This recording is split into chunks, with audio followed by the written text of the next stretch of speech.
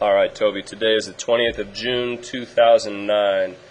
Good looking golf swing overall. Just two little things today. One was a little setup related, and then the other had to do with controlling the club face just a little bit. So looking at the first picture on the left, being your first swing of the day there, nice things. The only thing in setup we talked about was trying to have the ball position a little bit more forward, just enough to where the handle of the club and maybe just the left center of your body could line up with it, whereas in the first one, it looked like the center of your body and even your head, were a little bit out in front of the golf ball to begin with. So, nice little routine for that. We walked in with the right shoe to find the center of your stance and the golf club, then separated your feet so you could kind of find that middle ground. That's a great routine just to practice when you're on the range doing the 5-ball drill that we did on the ground. That was excellent.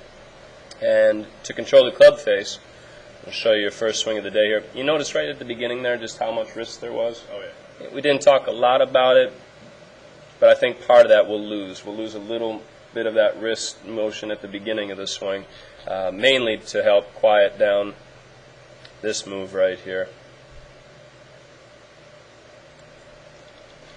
There's your impact position, which holds the club face open.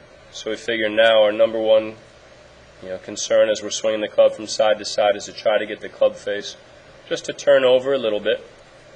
Even that's probably even a little bit extra, a little bit overdone right there, but anything just to get the right hand to turn slightly over on top of the left hand coming through would be great. And just like when you were doing those 5 balls outside, just seeing the ball flight turn a little right to left each time is terrific. And grip pressure can soften up then, and you can hit the ball just as hard without a lot of the effort. Quick little note too, and again, you don't want too many things, but just to quiet the lower body down a little as you do these swings so that the left knee doesn't kick in quite so much. Practice it at 40%, 50%, getting used to using your hands.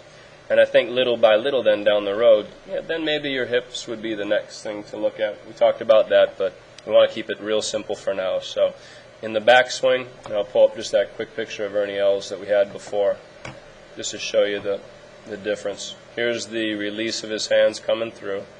Right hand rotates over left. You can see just how quiet his legs were in his takeaway here. And then a little turn of the right hand over the left.